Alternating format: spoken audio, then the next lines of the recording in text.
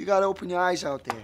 I mean, it's not like the government's no help. Hell, they just look the other way since after they're done stealing our money, they barely even have to pay any taxes on it. Hey, let me ask you this. Shut up, Lee! Shut up! I came here to talk!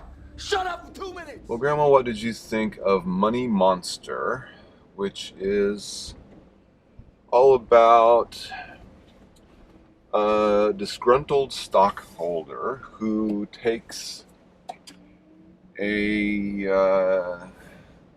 business TV show hostage, including its host, played by George Clooney, and its director, played by Julia Roberts.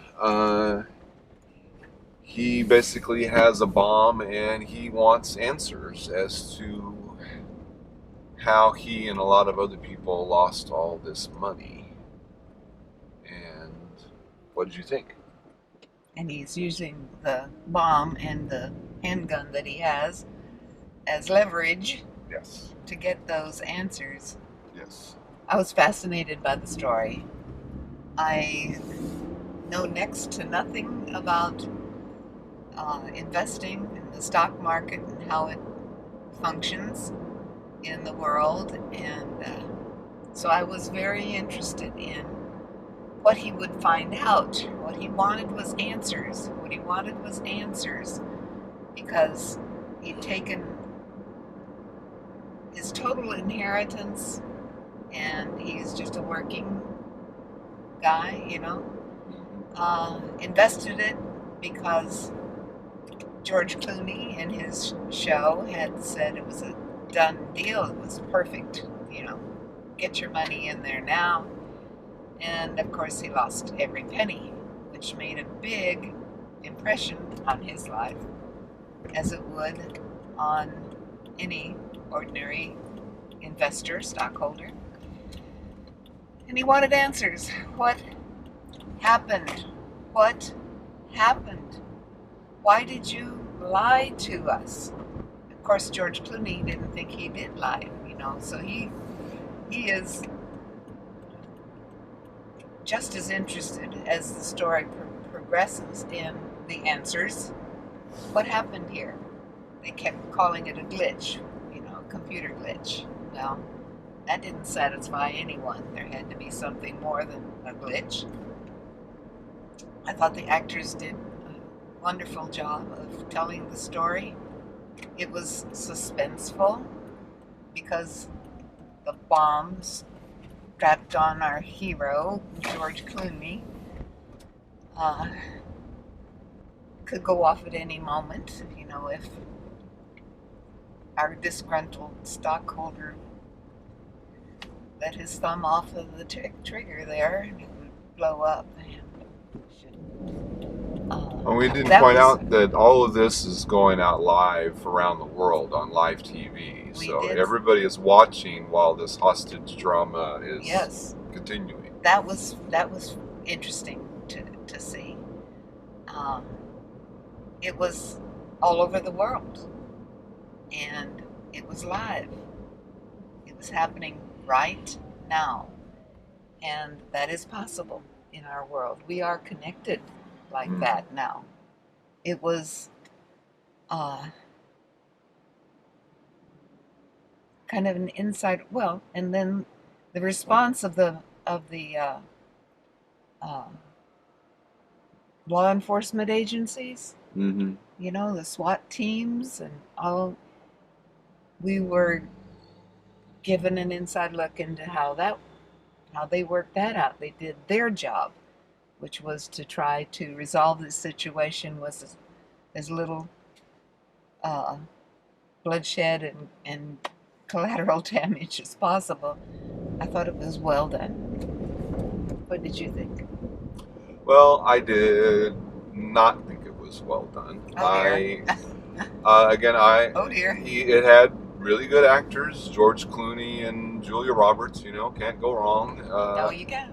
Had a good supporting cast. It had all of these. They filmed all of it on location there in Wall Street and in New York City, and again, all of that was very sort of brought a degree of realism to it. But I did not believe this story at all. Again, I did not. I did not feel that. And again, this is all, I think, a result of the script. I did not feel at all that he was a threat.